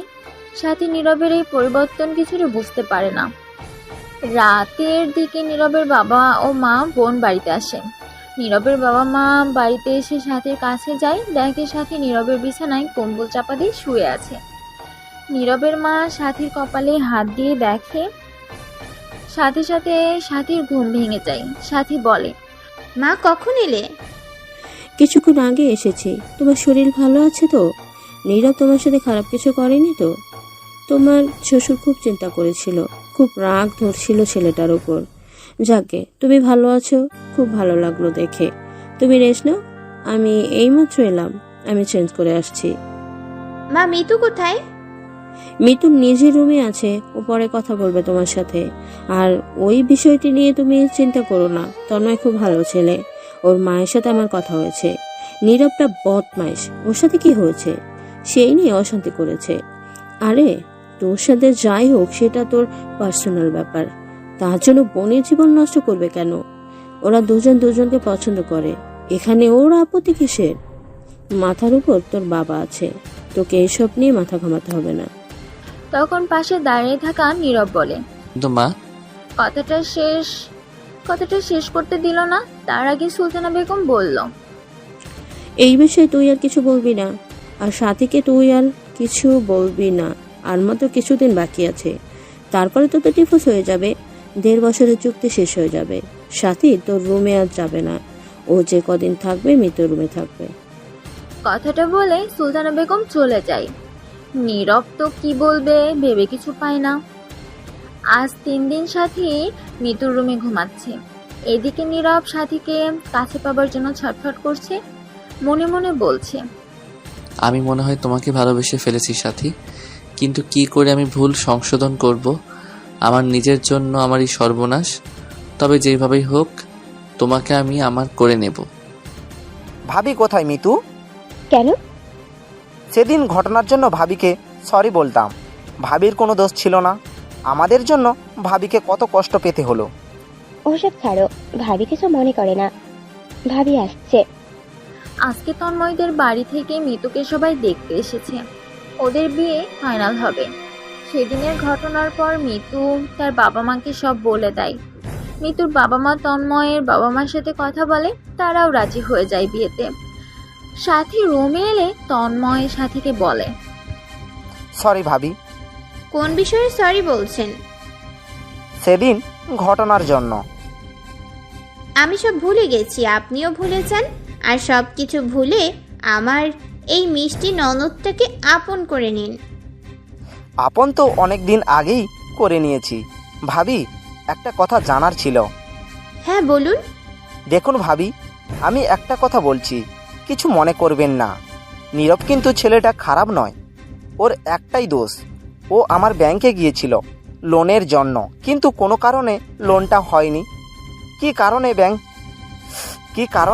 ব্যাংক লোনটি ক্যান্সেল করেছিল আমি বলতে পারবো না। ও আমাকে দায়ী করে বলে আমার জন্য ও লোন পায়নি। পরে নিজের চেষ্টায় ও লোন নিয়ে বিজনেস চালু করে। ওর মধ্যে চেষ্টা আছে আর সব থেকে জেদ আছে, তাই আজকে ও বড় বিজনেসম্যান হতেও পেরেছে। এই শোনো সাথী, নীরবের কথায় সাথী দাঁড়িয়ে পড়ে। নীরব কাছে এসে বলে, আজকে রাতে তুমি আমার রুমে থাকবে। নীরব যখন সাথীকে এই কথাগুলো বলছিল তখন মিতু বলে, ভাবি, মা তোমাকে ডাকছে। সাথী চলে যায়। নীরব কিছু বলতে পারে না। নীরব জানে মিতু এক্ষুনি তার মাকে গিয়ে বলবে, মা আবার তাকে বকাবকি করবে। নীরব এই বাড়িতে একমাত্র তার মাকেই ভয় পায়। দেখতে দেখতে 1 মাস কেটে যায়। সবাই সকালবেলা নাস্তা খাচ্ছিল, হঠাৎ সাথীর গা গোলাই আর তার বমি পায়। সে ছুটে বমি করতে যায়। সেটা দেখে নীরব মজা করে বলে, কদিন পর বাড়ি ছেড়ে চলে যাবে, শাশুড়ি ভালো মন্দ খাওয়াচ্ছে, সেজন্য হয়তো বমি করছে। নীরবের কথা শেষ হওয়ার আগেই সাথে সাথে সাথী মাথাটা ঘুরে যায়। ওখানে পড়ে যাওয়ার আগেই মিতু ওকে ধরে ফেলে। সুলতানা বেগম বলে, ডাক্তারকে ফোন কর, আমি লক্ষ্য করেছি বৌমা কদিন ধরে কিছু খেতে পারছে না। সেদিন ছাদে গিয়েছিল জামা কাপড় তুলতে, ছাদ থেকে আসার সময় মাথা ঘুরে পড়ে যাচ্ছিল, আবার রহিমাকে ধরে নিয়ে আসে। তাদের কথা শুনে জাকির চৌধুরী বলে, ঠিক আছে, আমি ওয়াসিমকে ফোন করছি, বৌমার প্রেশারটা একটু চেক করে দেখা দরকার। আর আমার সাথে ওয়াসিমের একটু দরকার আছে, আমাদের বাড়িতে আসবে। কিছুক্ষণ পর ওয়াসিম আহমেদ নীরবদের বাড়িতে আসে। সাথীর প্রেশার চেক করে দেখে, তারপর সুলতানা বেগমকে উদ্দেশ্য করে বলে, ভাবি, নীরব কোথায়? নীরব মনে হয় নিচের রুমে আছে। ওকে ডেকে আসুন। কিছুক্ষণের মধ্যেই সুলতানা বেগম নীরবকে ডেকে নিয়ে আসে। নীরব ওয়াসিম আহমেদকে বলে, আঙ্কেল আমাকে ডাকছেন?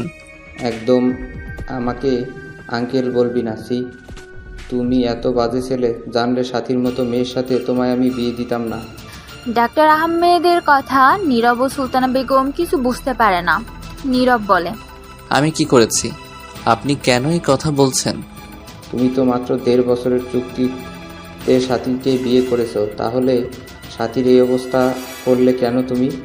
জানো সাথী মা হতে যাচ্ছে, আর এই বাচ্চার বাবাকে নিশ্চয়ই বলতে হবে না। সি নীরব, আমি তোমার কাছ থেকে এটা আশা করিনি। আমি তোমাকে আমার রাজের মতো আমার নিজের সন্তান বলে মনে করি, কিন্তু তুমি কি করলে বলো? আর তো কিছুদিন পরে তারপর তুমি ওকে ডিভোর্স দিয়ে দেবে। এরপর মেয়েটার কি হবে? আর ওই বাচ্চা, ও কি করবে? বাচ্চাকে নিয়ে ও তো অনাথ মেয়ে, ওর কোথাও যাবার জায়গা নেই। ও কি পরিচয়ে বড় করবে? লোকে ওর বাচ্চাকে অবৈধ বাচ্চা বলবে। আমি সাথীকে বলবো বাচ্চা নষ্ট করে দিতে। আর আজকে তুমি ওকে ডিভোর্স দেবে। আর তো কদিন, তুমি তার আগে ডিভোর্স করে দাও। কথাটা শুনে উপস্থিত সকলের মাথা ঘুরে যায়। সুলতানা বেগম নীরবের দিকে তাকায়। নীরব মাথা হেড করে থাকে, তার কোনো কথা বলার শক্তি থাকে না। জাকির চৌধুরী ডাক্তার ওয়াসিম আহমেদকে বলে, বাচ্চা নষ্ট করতে হবে না, যতদিন না বাচ্চাটা হচ্ছে সাথী এইখানেই থাকবে। বাচ্চাটা আমরা মানুষ করব, আমরা ওর দাদু দাদি, আমরা থাকতে আমাদের বংশের সন্তানকে কেউ অবৈধ বলবে না। সাথে সাথে সুলতানা বেগম বলে উঠিয়ে, তুমি কি সব উল্টাপাল্টা কথা বলছো? বাচ্চাকে তার মায়ের কাছ থেকে কেড়ে নেওয়ার অধিকার তোমার নেই। আমি এর ব্যবস্থা করছি, তুমি চিন্তা করবে না।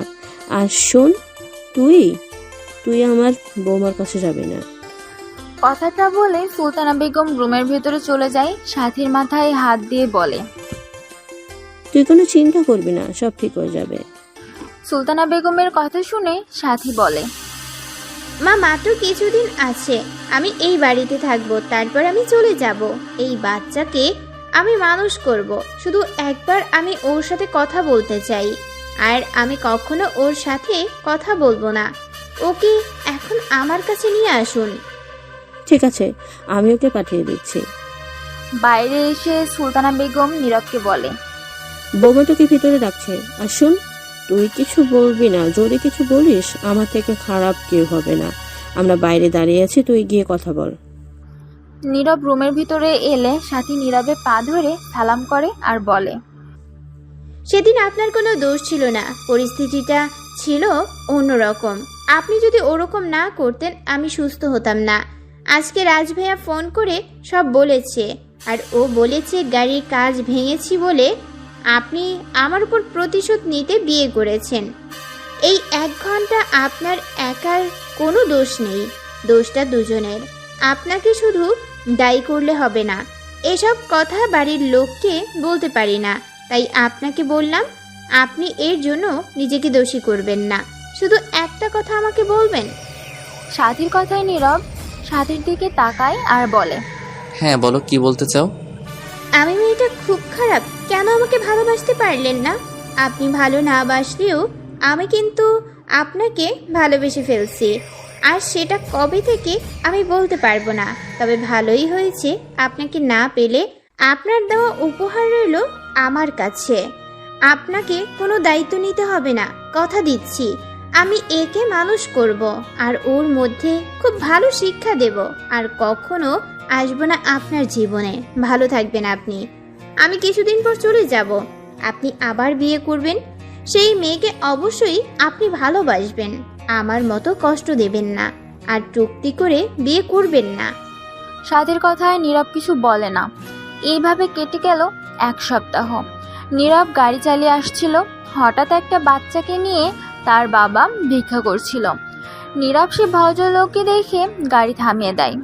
ভদ্রলোক কাছে এলে নীরব বলল, ভাইয়া, বাচ্চাটার কি হয়েছে? ওকে কোলে নিয়ে কেন আপনি ভিক্ষা করছেন? নীরবের কথায় ভিখারি ভদ্রলোক বলল, বাচ্চাটির হার্টের সমস্যা আছে, ওকে অপারেশন করতে হবে। আমার কোনো টাকা নেই, তাই ভিক্ষা করছি। এই বাচ্চাটি আমার কলিজা, আমি ওর জন্য বেঁচে আছি। পৃথিবীতে ওর সুখের জন্য আমি সব করতে পারবো। আমার নিজের রক্ত সে আমি আমার বাচ্চাকে কি করে কষ্ট পাবো? আমার নিজের রক্ত সে আমি আমার বাচ্চাকে কি করে কষ্ট দেব? আপনি বলুন, আপনি পারবেন আমার বাচ্চাকে সুস্থ? আপনি বলুন, আপনি পারবেন আপনার বাচ্চাকে দূরে সরিয়ে রাখতে? ভদ্রলোকের কথা শুনে নীরবের খুব কষ্ট হয়। তখন তার সাথীর মুখটা মনে পড়ে। তার তো বাচ্চা হবে, সে বাবা হবে, এটা তো তারই সন্তান। সে তাড়াতাড়ি গাড়ি চালিয়ে বাড়ি চলে আসে, কিন্তু সাথীকে দেখতে পায় না। সে তখন তার মায়ের কাছে যায় আর মাকে গিয়ে বলে, মা, সাথী কোথায়? ছেলের কথায় মা সুলতানা বেগম রেগে যায় আর বলে, তো হঠাৎ এতদিন পর খোঁজ করছিস? বলো না মা, ও কোথায় গেছে? ও বাড়ি থেকে চলে গেছে। আজকে তো 1.5 বছরের চুক্তি শেষ। ও ডিভোর্স সই করে দিয়ে চলে গেছে। ও কোথায় গেছে মা? আমি কি করে জানবো কোথায় আছে? সত্যি তুমি জানো না মা? বোর জন্য পিড়িত উতলে পড়ছে। নীরব নার্সিং হোমে ছুটে যায়, যেখানে সাথী কাজ করত। তার বন্ধু রাবেয়াকে ফোন করে আর বলে, হ্যালো রাবিয়া। হ্যাঁ, আমি রাবিয়া বলছি। আসসালামু আলাইকুম। আপনি কে বলছেন? আমি নীরব, সাথীর হাজব্যান্ড। তা হঠাৎ আমাকে ফোন করেছেন কেন? সাথী ডিভোর্স পেপারে সই করে দিয়ে চলে গেছে। তুমি কি জানো কোথায় গেছে? সরি ভাইয়া, আমি জানি না। তবে সাথীর জন্য খুব দুঃখ হয়। ও খুব ভালো মেয়ে, সারা জীবন শুধু কষ্টই পেল। আমি তো ভেবেছিলাম আপনি ওকে বুঝবেন। সামান্য একটা কারণে আপনি ওকে এত কষ্ট দেবেন, আমি সেটা ভাবতেও পারিনি। কথাটা বলে রাবেয়া ফোন কেটে দেয়। নীরব ডক্টর ওয়াসিম আহমেদের বাড়ি যায়। সেখানে গিয়ে রাজকে বলে, রাজ, তুই তো আমার ঘনিষ্ঠ বন্ধু, তুই সত্যি জানিস না সাথী কোথায়? তুই ওকে ছোট থেকে চিনিস? তুই বল না ভাই, সাথী কোথায়? আমার খুব কষ্ট হচ্ছে। তুই একদিন বলেছিলিস ওর জন্য প্রত্যেক দিন আফসোস করতে হবে। সত্যি আমি আফসোস করছি। আমি ওকে ভীষণ ভালোবাসি। ওর সাথে আমার বাচ্চা আছে। আমি আমার বাচ্চাকে হারাতে চাই না। আমি ওর পায়ে ধরে ক্ষমা চেয়ে নেব, তবু আমি ওকে ডিভোর্স দিব না। সমাজের সামনে স্বীকৃতি দেব ও আমার স্ত্রী। কথাটা বলে নীরব কান্নায় ভেঙে পড়ে। রাজের খুব মায়া হয়। নীরব রাজের খুব ভালো বন্ধু। ও খুব সাহসী ছেলে, খুব স্ট্রং, কিন্তু এইভাবে ভেঙে পড়বে রাজ ভাবতে পারেনি। সে নীরবে মাথায় হাত বুলিয়ে বলল, সরি দোস্ত, আমি সত্যি জানি না সাথী কোথায়। ও আমাদের বাড়ি আসেনি, আর নার্সিং হোমও নেই, আর কোথাও যেতে পারে সেরকম আমি জানি না। আমি বলতে পারবো না রে। এভাবে কেটে যায় একটা মাস। নীরবের অবস্থা খুব খারাপ হয়ে যায়। কাঁদতে কাঁদতে তার চোখের জল শুকনো হয়ে যায়। তাকে দেখে তার মা সুলতানা বেগম ও বাবা জাকির চৌধুরীর খুব কষ্ট হয়। সুলতানা বেগম নীরবের কাছে আসে। নীরব মাকে জড়িয়ে ধরে কাঁদতে থাকে আর কাঁদতে কাঁদতে বলে, মা, ও কোথায় চলে গেল? আমার বাচ্চা অবৈধ নয় মা। সেদিন এই ঘটনাটা ঘটেছিল, সেটা আমার ভুল ছিল, কিন্তু আমি জোর করিনি। আমি পরিস্থিতির শিকার ছিলাম মা। একবার সাথী আমাকে সুযোগ দিল না। ছেলের কথা শুনে কষ্ট হলো সুলতানা বেগমের। ছেলের মাথায় হাত বুলিয়ে বলল, সামনের সপ্তাহে তোর বোন মিতুর বিয়ে। তুই গ্রামের বাড়ি থেকে তোর দাদিকে নিয়ে আয়। মা, আমার কষ্ট হচ্ছে আর তুমি আমাকে এই সময় এই কথা বলছো? ঠিক আছে, তুই ওই বাড়িতে যা। তোর দাদির কাছে তোর জন্য ভালো কিছু অপেক্ষা করছে। তুই ওখানে গেলেই বুঝতে পারবি। প্লিজ নীরব, তুই আর না করিস না। তোর দাদি তোকে দেখতে চাইছে। অনেকদিন থেকেই বলছে তুই ওকে গিয়ে নিয়ে আয়। সামনের সপ্তাহে বাড়িতে বিয়ে। মায়ের কথা নীরব ফেলতে পারে না। সে গ্রামের বাড়ি যায়। নীরবকে দেখে তার দাদি বলে, আমার দাদু ভাই তাহলে এসেছে এখানে। আমার ভাগ্য তাহলে ভালো হয়ে গেল। তুই এখানে থাকবি তো এখন? থাকলে হবে না, কালকে তোমাকে নিয়ে যাব। সামনের সপ্তাহে মিতুর বিয়ে, মা তোমাকে নিয়ে যেতে বলেছে। রাতের বেলা নীরব তার রুমে শুয়েছিল। তার দাদি জাহানারা বেগম নীরবকে বলে, রাতের খাবার একটু দেরি হয়ে গেল, চল খাবি চল। নীরব তার দাদির সাথে খাবার টেবিলে আসে। তার জন্য অনেক রকম পদের রান্না করা হয়েছে, আর একটা মেয়ে মাথায় ঘোমটা দিয়ে খাবার পরিবেশন করছে। নীরব একবার দেখলো, কিন্তু তার মুখটা দেখতে পেল না। নীরব বেশি কিছু খেলো না, কিন্তু তার রান্নাটা খুব পরিচিত লাগলো। সে তার দাদিকে বলল, রান্নাটা খুব সুন্দর হয়েছে। কে রান্না করেছে? তোর বউ।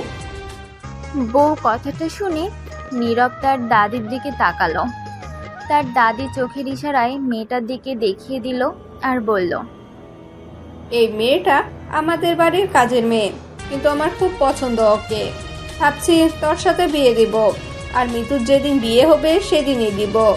তুই তো আগের বউটাকে দেখালি না, মাত্র 1.5 বছরের জন্য বিয়ে করলি। আবার আমার পছন্দের মেয়েকে বিয়ে কর, দেখবি তুই সুখী হবি। দাদির কথা শুনে নীরব বলল, আমার পক্ষে বিয়ে করা সম্ভব নয়। আমি সাথীকে এখনো ভুলতে পারিনি। ওর সাথে আমার বাচ্চা আছে। আমি যেখান থেকে পারি দুজনকে খুঁজে বের করব, আর দ্বিতীয় বিয়ে আমি কখনই করব না। ঠিক তখনই ওদের বাড়ি একটা পোষা কুকুর সাথীর পায়ের কাছে এসে বসে পড়ে। সাথী একটু অন্যমনস্ক ছিল। আচমকা সাথী পায়ের কাছে বসে পড়ায় সাথী ভয় পেয়ে চিৎকার করে ওঠে। ওর মাথার ঘোমটা খুলে যায়। নীরব সাথীকে দেখে চিনতে পারে। তার খাওয়া বন্ধ হয়ে যায়। তার দাদি নীরবকে দেখে বলে, মুখটা বন্ধ কর। তোর যখন মেয়েটাকে পছন্দ নয় কোনো সমস্যা নেই, আমি এর অন্য জায়গায় বিয়ে দিব। এ খুব সুন্দর মেয়ে, রান্নাটা খুব ভালো করে, শুনেছি আগে নার্সের চাকরি করতো। ভালোই হয়েছে। আমার তো মাঝে মাঝে শরীর খারাপ হয়, আমাকে দেখার তো একটা লোক দরকার, তাই ওকে আমার কাছে রেখে দিব। আর আমার একটা ভাইপো আছে, তার সাথে বিয়ে দিব। ভাইপো কলকাতায় চাকরি করে, মাঝে মাঝে বাড়িতে আসে। ওর মা বাবা কেউ নেই, মেয়েটাকে আমার কাছে রেখে দিব বলবো, আর এখানে আসা যাওয়া করতে বলবো। তোর মা বাবা ওকে আমার কাছে পাঠিয়েছে আর ওর খেয়াল রাখতে বলেছে। তুই তো আর ওকে পছন্দ করিস না, তাই কোনো অসুবিধা নেই। এবার থেকে আমি যা বলবো ও তাই করবে। জাহানারা বেগমের কথায় নীরব রেগে যায় আর বলে, বুড়ির সাহস তো কম নয়, আমার বউয়ের আবার বিয়ে দিবে। আমার বাচ্চা আছে ওর গর্ভে, তুমি একবার ওর বিয়ে দিয়ে দেখো না। তারপর সাথীর দিকে তাকিয়ে তাকে উদ্দেশ্য করে বলে, এইভাবে যে তুমি আমায় কষ্ট দেবে আমি ভাবতে পারিনি। কথাটা বলে নীরব সাথীর দিকে এগোতে থাকলে জাহানারা বেগম মাঝখানে চলে আসে আর বলে, ওকে একদম টাচ করবি না, তোর কোনো অধিকার নেই ওকে স্পর্শ করার। দাদি ভুল হয়ে গেছে, ওর কাছে ক্ষমা চাওয়ার সুযোগটা দাও। দূর থেকে ক্ষমা চা। আর শোন, মিতুর বিয়ের দিন তোদের দুজনের বিয়ে হবে, তারপর তুই তোর বউকে কাছে পাবি। ও আমাকে কখনোই কাছে পাবে না। শুধু সমাজে আমার সন্তানের একটা পরিচয় লাগে, যাতে কেউ তাকে অবৈধ সন্তান বলতে না পারে। সেজন্য দ্বিতীয়বার ওকে বিয়ে করব, কিন্তু ওকে আমার কাছে কখনো আসতে দিব না। তোমার সাথে আমার ডিভোর্স হয়নি, তুমি সই করলে কি হবে? আমি তো সই করিনি, আর ডিভোর্স তো কখনোই দেব না। আর তুমি কত আমার থেকে দূরে যাবে, আমার কাছে আসতেই হবে। আগে বিয়ে তো করি, সেবারে বেশি কেউ জানতে পারেনি, এবার সকল লোককে জানিয়ে দেব তুমি আমার বিবাহিত স্ত্রী। তারপর মিতু ও তন্ময়ের বিয়ের দিন নীরব সাথীর বিয়ে হয়। রাতের বেলা নীরব রুমে এসে সাথীকে দেখতে পায় না। সে দাদির কাছে যায় আর দাদিকে গিয়ে বলে, এই বুড়ি আমার বউকে দাও, তোমার কি অধিকার আছে আমার বউকে তোমার কাছে আটকে রাখার? নীরবের কথায় জাহানারা রেগে যায় আর বলে, ওই মিনসে, আমি তোর বউকে আটকে রেখেছি? তোর বউ তোর কাছে যেতে চাইছে না। আমার তো মনে হয় তোর কোনো সমস্যা আছে, তুই তোর বউকে ঠিকঠাক সুখ দিতে পারছিস না, সেজন্য যেতে চাইছে না। কি বললে? আমি ঠিক সুখ দিতে পারছি না? সেজন্য তো একবারে তো তোমার নাত বউ আমার বাচ্চার মা হয়ে গেল। কথাটা বলে নীরব সাথীকে কোলে তুলে নেয়। সাথী হাত পা ছোড়াছুড়ি করে, কিন্তু নীরব সাথীকে ছাড়ে না। নিজের রুমে নিয়ে গিয়ে বিছানায় শুয়ে দেয় আর বলে, অনেক কষ্ট দিয়েছো, আর তোমায় ছাড়ছি না।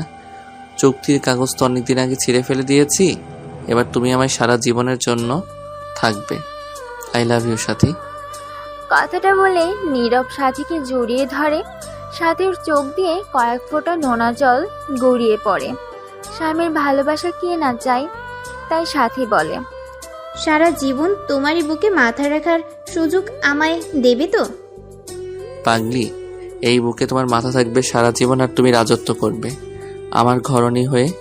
তুমি আমার ঘর আলো করবে।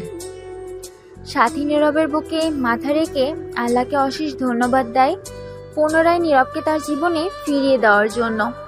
ওরা সুখী হোক। এই গল্পের কাহিনী এখানেই সমাপ্ত।